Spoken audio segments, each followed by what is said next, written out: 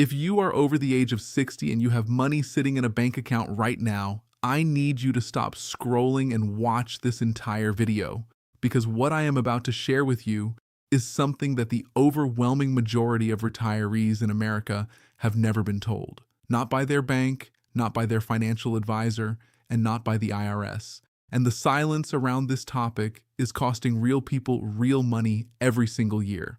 We are talking about a federal rule tied to a $10,000 threshold that sounds simple on the surface, but has destroyed the financial peace of mind of thousands of perfectly honest, hardworking Americans who did absolutely nothing wrong. They just did not know. And after today, you will. I'm going to walk you through exactly how this rule works, why it catches so many innocent people off guard, and most critically, what you need to do right now to make sure it never becomes a problem for you. I also want to tell you about a woman, a retired school teacher whose story genuinely stopped me cold when I heard it. I'll get to her story in just a few minutes, but first let me lay the foundation, because once you understand how this rule actually operates, everything else will click into place. I'm Edward, and this is U.S. Green Card Signal. If you are over the age of 60 and you have money sitting in a bank account right now, I need you to stop scrolling and watch this entire video, because what I am about to share with you is something that the overwhelming majority of retirees in America have never been told. Not by their bank, not by their financial advisor, and not by the IRS. And the silence around this topic is costing real people real money every single year. We are talking about a federal rule tied to a $10,000 threshold that sounds simple on the surface, but has destroyed the financial peace of mind of thousands of perfectly honest, hardworking Americans who did absolutely nothing wrong. They just did not know. And after today, you will. Welcome. And if this is your first time here, this channel exists for one reason: to make sure that you have the information that protects you, your family, and your retirement. Today's topic is one of the most important things we have ever covered on this channel. So stay with me through every single minute of this video, because I am going to walk you through exactly how this rule works, why it catches so many innocent people off guard, and most critically, what you need to do right now to make sure it never becomes a problem for you. I also want to tell you about a woman, a retired school teacher whose story genuinely stopped me cold when I heard it. I will get to her story in just a few minutes. But first, let me lay the foundation, because once you understand how this rule actually operates, everything else will click into place. Let us start with the basics. Under federal law, every single bank in the United States is legally required to file a report whenever a cash deposit exceeds $10,000. This report goes to a federal agency called FinCEN, the Financial Crimes Enforcement Network, which operates under the U.S. Department of the Treasury. The report is called a Currency Transaction Report, or CTR. And here's the first thing I want you to understand clearly and completely. That report is not an accusation. It is not a red flag. It is not the beginning of a criminal investigation against you. It is simply a record, a paper trail. Banks file millions of these reports every single year, and the overwhelming, staggering majority of them result in absolutely nothing. So, if you have ever made a large cash deposit and your bank filed one of these reports without telling you, please do not panic. That alone means nothing. You did not do anything wrong. That part you do not need to worry about. The part you do need to worry about, the part that keeps tax attorneys employed and has blindsided retirees from Florida to Oregon, is something entirely different. At some point, information about this $10,000 reporting threshold started spreading through communities, through family dinner tables, through well-meaning friends who thought they were helping, and the advice sounded logical. It sounded careful. People started saying things like, if you deposit $9,900, the bank won't file a report. If you split it into 2 deposits a few days apart, you fly under the radar. Have your spouse deposit half at a different branch. Keep each deposit just under the limit, and you stay invisible. Here is the brutal reality that most people do not know until it is too late. That advice, that careful, cautious, trying to be smart advice, is actually a federal crime. It has a name. It is called structuring. And the truly devastating irony of it is this: it does not matter one single bit whether the money is completely clean. It does not matter if you earned every cent of it over 40 years of honest hard work. It does not matter if you paid taxes on every dollar. The moment you deliberately break up a deposit specifically to stay below that reporting threshold, you have committed a federal offense. People have had accounts frozen over this. People have lost thousands of dollars in asset forfeiture proceedings, and almost none of them believed for even 1 second that they were doing anything illegal. They thought they were being smart. They thought they were being careful. They were wrong. Now, I want to slow down here because I know that might sound extreme. You might be thinking, surely the government would not go after a retired person just for splitting up a deposit. And here is the honest answer. You are right that federal prosecutors are not sitting around hunting for retirees to charge. But the automated banking systems that flag transaction patterns do not know you are retired. They do not know you are 72 years old and have been saving money honestly your entire life. They see a sequence of deposits that all land just under $10,000, made over a short period of time, and the algorithm flags it. From there, it goes to a human review. And once it goes to a human review, you now have a situation on your hands. A situation that is stressful, time-consuming, potentially expensive, and completely avoidable if you know the rules in advance. Let me walk you through the 3 most common scenarios where this issue comes up specifically for retirees in 2026, because each one has a slightly different shape and each one has a specific easy solution.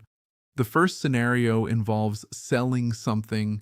Maybe you sold a car that has been sitting in your garage for a decade.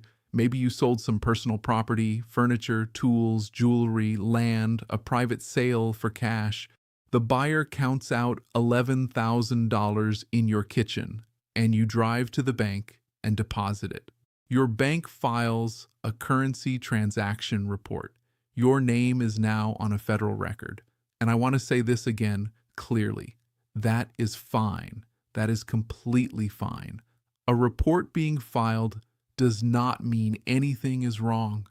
The mistake happens in the parking lot or that night at dinner when someone who means well suggests that next time you should have kept it under $10,000 to avoid the hassle. And so the next time you have cash, maybe from a second sale, maybe from something else, you start splitting it.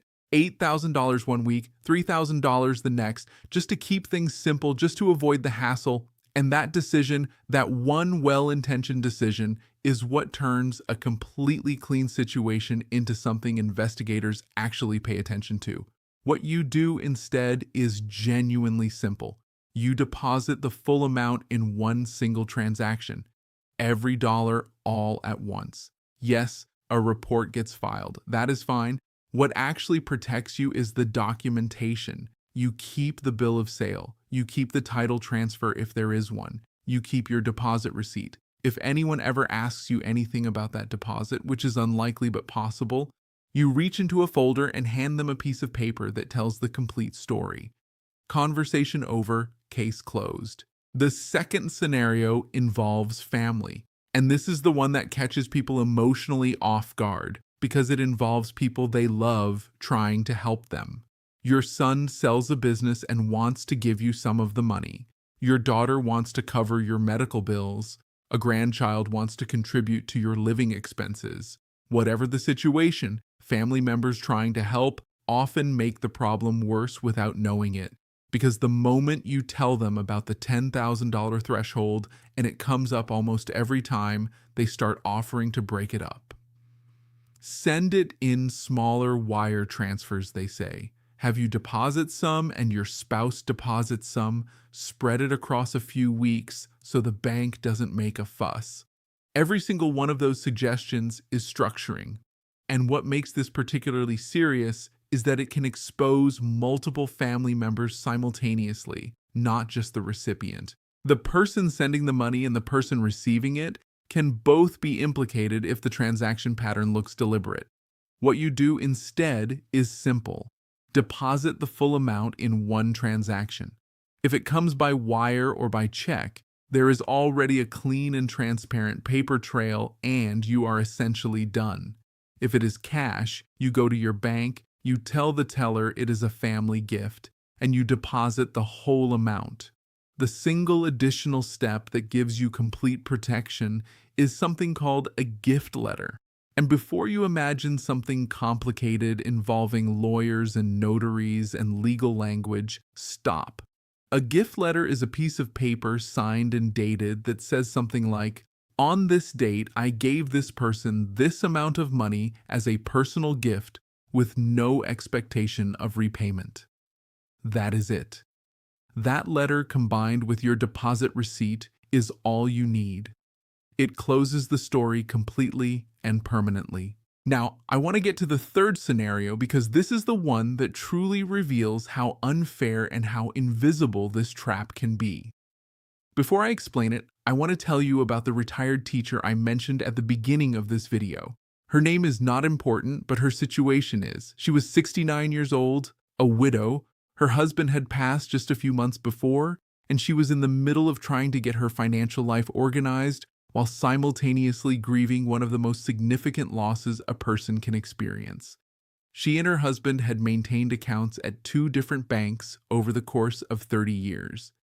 She wanted to bring everything together into one place, one bank, one account, one manageable picture of what she had, so she started moving the money. She did it in pieces, not because she was hiding anything, not because anyone told her to stay under a threshold. She was exhausted. She was overwhelmed. She was a woman in grief, trying to do one practical task at a time, and moving smaller amounts felt more manageable than dealing with a large and complicated bank transaction during the worst period of her life. 6 weeks later, she received a letter asking her to explain the pattern of transactions in her account. Not a phone call, not a gentle conversation with her branch manager, a letter, because the bank's automated system did not know she was grieving. It did not know she had been a school teacher for 34 years and had saved that money one paycheck at a time. It saw a series of deposits, each one landing under $10,000, repeated over a short window of time. And it did what it was built to do. It flagged the pattern. That is the moment that breaks your heart when you hear it. Not because what happened to her was catastrophic, but because she had done absolutely nothing wrong. She was just a woman trying to survive something terrible, and the system treated her like a suspect. So let us talk about what the right move looks like when you need to consolidate or move your own savings between your own accounts. Move it in a single transaction. Use a wire transfer or a cashier's check. Clean, traceable, done in one shot. If a teller asks where the funds are coming from, and they may ask, your answer is one sentence. These are my personal savings being transferred from my account at another bank. You do not need to elaborate. You do not need to explain your entire financial history. One sentence. What you keep for your records is a bank statement from the originating account showing the balance before the transfer and your wire confirmation or cashier's check receipt. If the money came from a certificate of deposit that matured, keep that maturity notice. These documents take 5 minutes to gather, and they protect you for the rest of your life. Now let me talk about the broader protection strategy, because individual transactions are one thing, but your overall financial posture is another. The single most important thing you can have in any situation involving large sums of money is a document that explains the origin. Where did this money come from and why is it moving? A bill of sale, a gift letter, a transfer record, whichever one applies to your situation. Without that document, you are a person with a story. With it, you are a person with evidence. And in any situation involving a government agency or an automated banking system, evidence wins every time. The second layer of protection is a bank statement from the source, because the first question anyone will ever ask you is not what you deposited, they can see that. The first question is where it came from before it got to you. If your answer is a document rather than a verbal explanation, the conversation typically ends right there. The third layer is your transfer confirmation. Your wire receipt, your cashier's check stub, whatever physical record exists of the transaction. Keep it for at least 3 years. The fourth layer, and this one is critically important and almost never discussed, is making sure that your tax return tells the same story your bank records tell. If you sold property or personal items for cash and deposited the proceeds, that sale may need to appear on your tax return, depending on the amount and the gain involved. When your bank records and your tax return align and tell a consistent story, there is nothing for anyone to investigate. The paper trail is complete. There are no gaps. And the fifth layer applies specifically to the rare situation where someone does reach out, whether it is your bank, a government agency, or anyone else with questions about a transaction. Answer once clearly with your documents in front of you. Do not over-explain. Do not volunteer additional information that was not requested. One clear documented answer is your protection.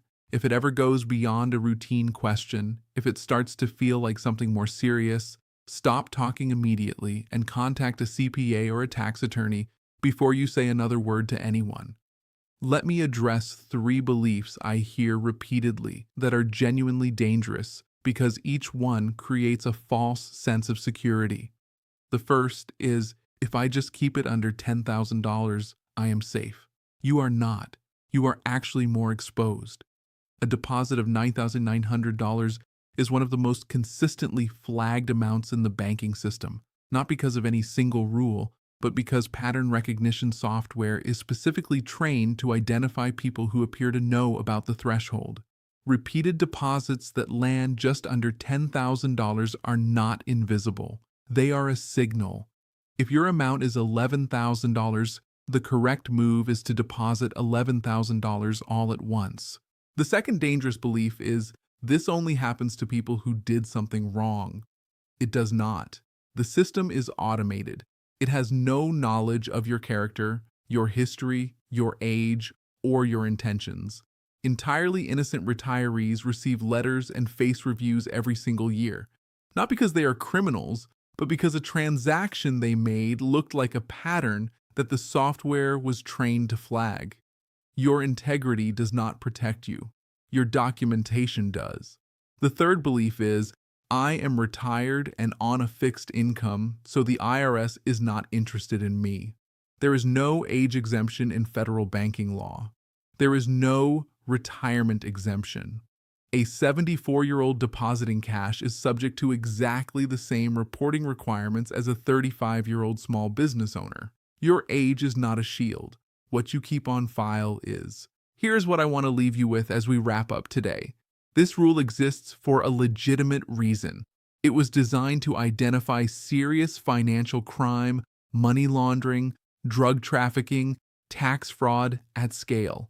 It was never intended to be a trap for retired people who sold a vehicle, received a gift from a child, or moved savings after losing a spouse. But the trap catches people regardless of their intentions because the system cannot see your intentions. It can only see your transactions. You are not in that vulnerable group anymore. You now understand what the rule actually is. You understand what triggers a real problem, and it is not making a large deposit. It is breaking up a deposit deliberately to stay below a threshold. You understand what documentation protects you and why it matters. And you understand that the single most damaging thing you can do is follow advice that sounds careful but is actually illegal. Here at US Green Card Signal, we cover the topics that matter most to your financial life and security. Topics like this one that most channels never touch because they assume you already know. If this video gave you clarity today, please take 2 seconds and hit the like button right now. It costs you nothing. and it tells the algorithm that this information is valuable. Leave a comment below and tell me which of the 3 scenarios I covered today is most relevant to your situation: property sales, family gifts, or moving your own money between accounts. And if you have not subscribed to this channel yet, this is the moment, because the next video we are releasing covers another area of retirement finance that almost nobody explains clearly. Hit subscribe and make sure the notification bell is on so you do not miss it. I'm Edward from US Green Card Signal, and I'll see you in the next video. Stay informed, stay protected.